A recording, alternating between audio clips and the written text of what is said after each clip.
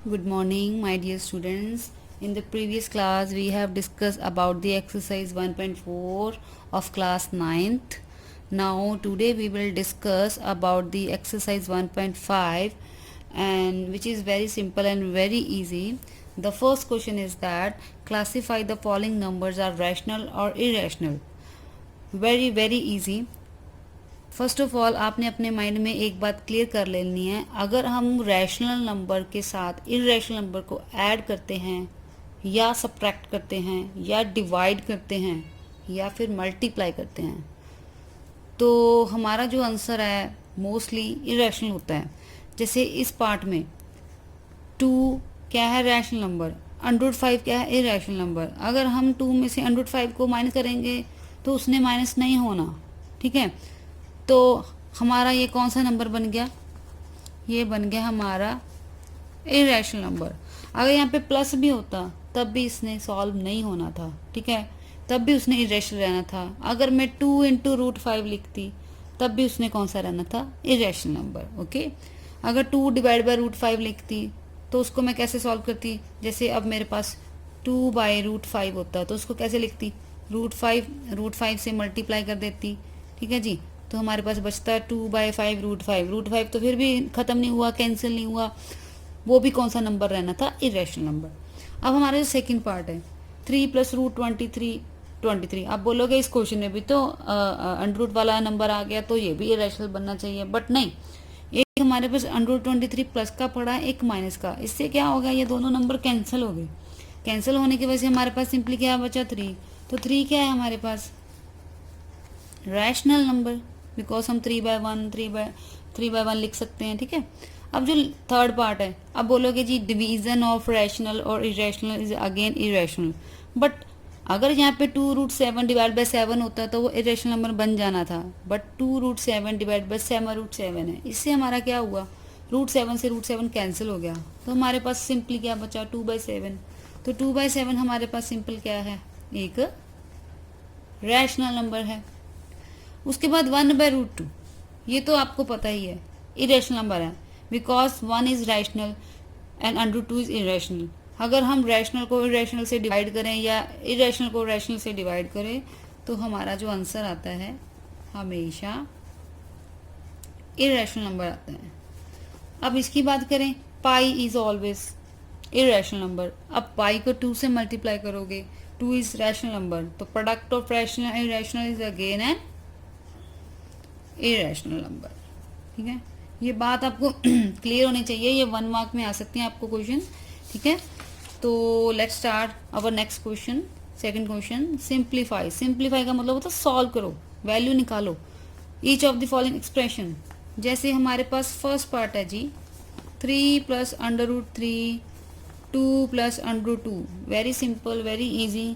जैसे हमने छोटी क्लासों में मल्टीप्लाई किया होता है वैसे ही करना है, बस बच्चों को रूट वाली मल्टीप्लाई आनी चाहिए। सबसे पहले मैं आपको रूट वाली थोड़ी सी मल्टीप्लाई क्लियर कर देती हूँ।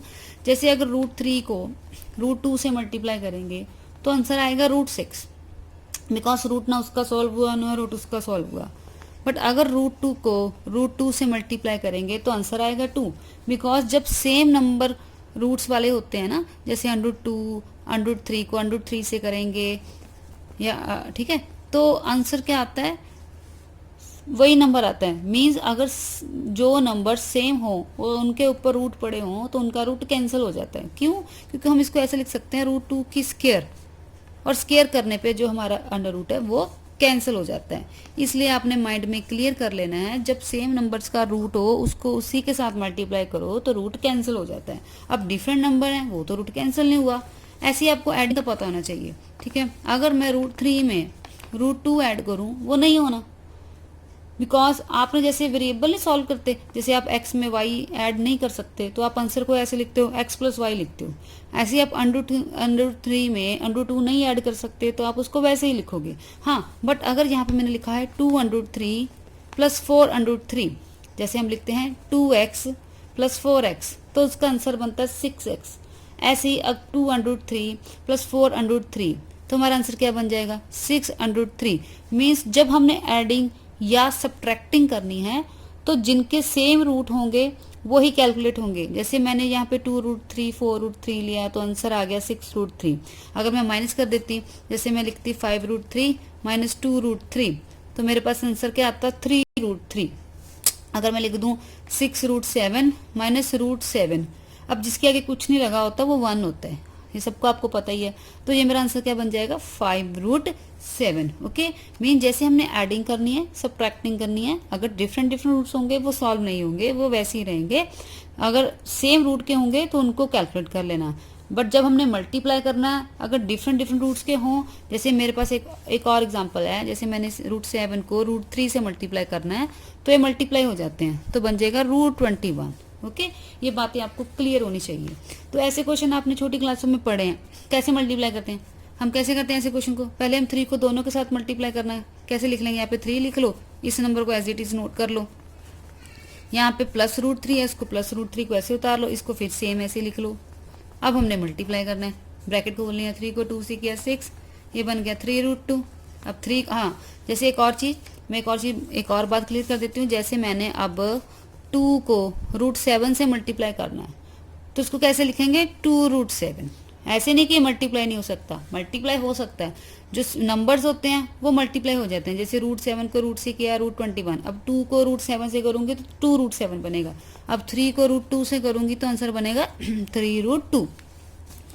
तो ये मेरा मल्टीप्लाई हो गया। अब √3 को 2 से करना है तो नॉर्मल नंबर, जो रैशनल नंबर होते हैं वो आगे लिखते हैं, तो बन जाएगा 2√3, ठीक है, ना कि √32, नंबर्स आगे लिखते हैं 2√3। अब √3 को √2 से करेंगे √6। अब उसके बाद देखो इसके पास कुछ पॉसिबिलिटी नहीं है, क्योंकि 6 में √6 ऐड नहीं होना। ओके, तो ये हमारे पास क्या है, ये है 3√2 2√3, ये ऐड नहीं होना, तो यही हमारा क्या हो गया आंसर। अब हमारा जो सेकंड पार्ट है, हम छोटी क्लासों में पढ़ा है, हमने छोटी क्लास में पढ़ा है अभी a + b a - b की आइडेंटिटी होती है a² - b²। तो a हो गया, ये b हो गया, a + b a - b हमारा बन गया a² - b²। अब 3 का स्क्वायर होगा 9। मैंने पहले बताया था जब रूट का स्क्वायर करते हैं तो रूट कैंसिल हो जाता है, तो सिंपली क्या बचा ये 3, तो 9 - 3 हमारा आंसर आ गया 6। ओके, अब हमारा थर्ड पार्ट है √5 + √2 का होल स्क्वायर। अब आइडेंटिटी क्या बोलती है, a² + b² + 2ab = a + b का होल स्क्वायर। ये सब ने आपने 8th क्लास में आइडेंटिटी पढ़ी है, 9th क्लास में भी और भी आएंगी, बट आपने 8th क्लास में ये आइडेंटिटी पढ़ी है। अब ये क्या है a² + b², a क्या है यहाँ पे √5, b क्या है √2, तो आइडेंटिटी लग गई, ये बन गया √5 का होल स्क्वायर, b का स्क्वायर 2 × √5 × √2। अब जब हम रूट का स्क्वायर करते हैं तो रूट कैंसिल हो जाता है, मैंने पहले बताया। तो √5 का स्क्वायर सिंपल क्या बच जाएगा 5, यहाँ √2 का स्क्वायर बचेगा 2, यहाँ पे क्या बन जाएगा 2 तो बाहर रहेगा, √5 को √2 से करोगे तो बन गया 2√10। अब ये सिंपल नंबर है, ये तो ऐड हो गए।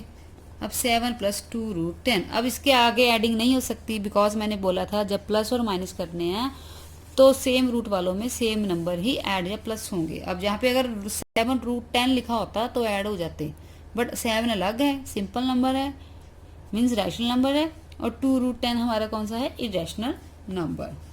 ओके, तो हमारा इसके बाद फोर्थ पार्ट है इसका, इसी क्वेश्चन का क्वेश्चन फोर्थ है √5 - √2 and √5 + √2। Again a - b a + b using a - b a + b = a² - b²। a क्या है √5, b क्या है √2, तो हमारी आइडेंटिटी लग गई सिंपली।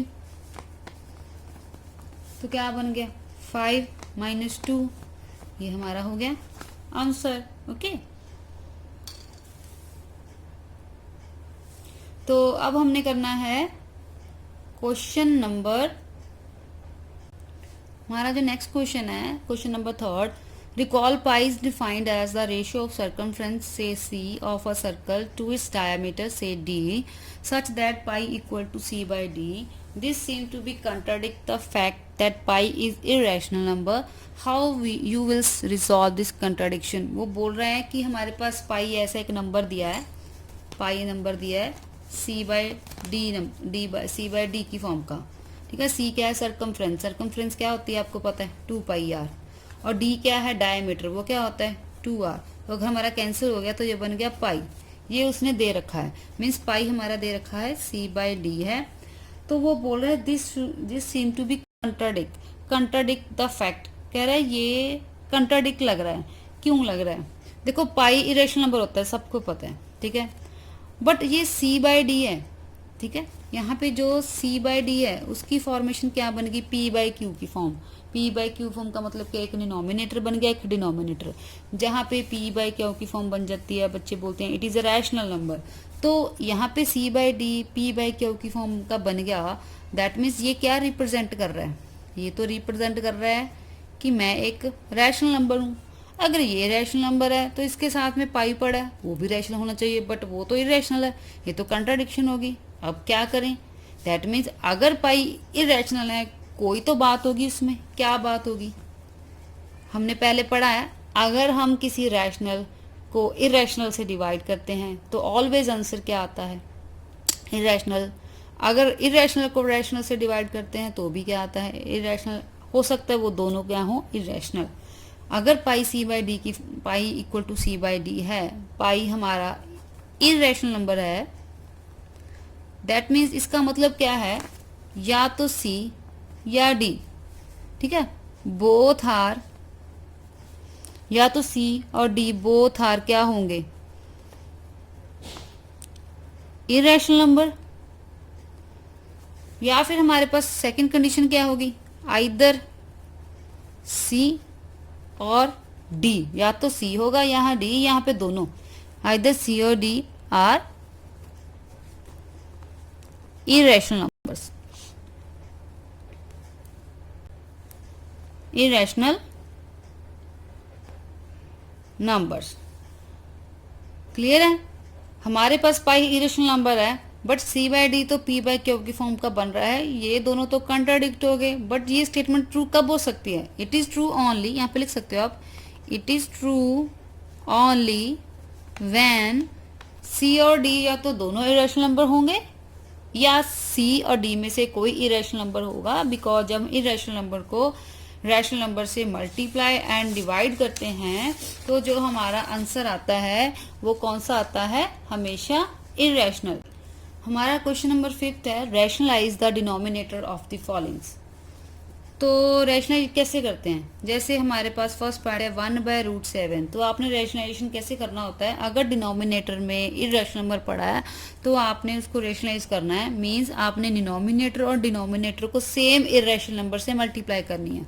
मींस जहां अब इस डिनोमिनेटर में √7 पड़ा है तो आपने ऊपर भी डिनोमिनेटर भी और डिनोमिनेटर को भी सेम इरेशनल नंबर से मीन्स √7 से मल्टीप्लाई कर देना। तो यहाँ हमारा बन गया √7। अब √7 को √7 से मल्टीप्लाई करेंगे, ये बन जाएगा √7 का होल स्क्वायर। अब स्क्वायर करने पे रूट हमारा क्या हो जाता है, कैंसल। तो ये हमारा आ गया फर्स्ट पार्ट का आंसर। अब हमारा है सेकेंड पार्ट, 1/-√7 इंटू √6 माइनस √6। जब ऐसे नंबर आ जाते हैं ना जिनमें प्लस और माइनस हो, जब हमने रैशनलाइजेशन करना होता है तो साइन चेंज करके करते हैं। मीन्स जहाँ पे है √7 माइनस √6, तो आपने यहाँ पे लेना √7 प्लस √6, ऊपर डिनोमिनेटर में भी वही डिनोमिनेटर में वही। याद रखो अगर यहाँ पे प्लस है तो आपने ऊपर नीचे साइन चेंज कर देने हैं, अगर यहाँ पे माइनस है तो ऊपर नीचे साइन चेंज कर देने हैं। अब इस क्वेश्चन में मेरा माइनस चल रहा था तो इसको मैं डिनोमिनेटर को प्लस से मल्टीप्लाई करूंगी।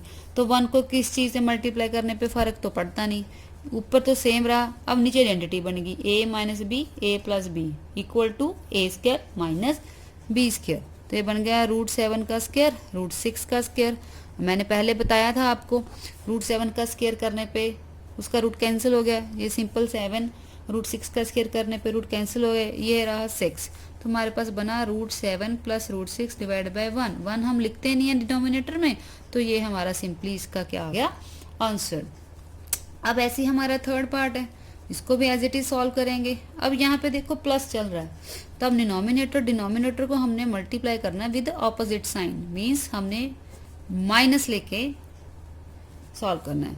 तो अगेन यहाँ पे 1 से मल्टीप्लाई करके नो डिफरेंस, कोई फर्क नहीं पड़ा, नीचे आइडेंटिटी बनेगी ए प्लस बी ए माइनस बी, कौन सी होती है, ए स्क्वायर माइनस बी स्क्वायर की, वो होती है ए प्लस बी ए माइनस बी। फिर बन गया √5 का स्क्वायर √2 का स्क्वायर, तो बन गया √5 माइनस √2 5 माइनस 2, तो आ गया जी 3। ये हमारा आंसर। यहाँ पे स्क्वायर कैंसिल, स्क्वायर करने से स्क्वायर रूट उड़ा दिए, क्यों, क्योंकि रूट कैंसिल हो जाते हैं। लास्ट पार्ट 1/√7 माइनस 2 मल्टीप्लाई करेंगे अपोजिट साइन से, √7 + 2 √7 + 2, नो डिफरेंस, ऊपर नीचे फिर से आइडेंटिटी ए स्क्वायर माइनस बी स्क्वायर, तो क्या बन जाएगा, √7 का स्क्वायर 7, 2 का स्क्वायर 4, क्या आ गया, √7 + 2 3। ये हमारा हो गया आंसर। बहुत इजी क्वेश्चन है, ठीक है, और बच्चों को पेपर में आ भी जाते होते हैं, इम्पॉर्टेंट क्वेश्चन हैं, तो आपको रेशनलाइजेशन करना आना चाहिए। आई होप आपको ये एक्सरसाइज क्लियर हो गई होगी, ठीक है जी। तो अगर कोई प्रॉब्लम है तो आप प्लीज़ मुझे कमेंट बॉक्स में बता दीजिए, मैं आप उसको नेक्स्ट क्लास में आपको मैं इजीली क्लियर कर दूंगी। Thank you.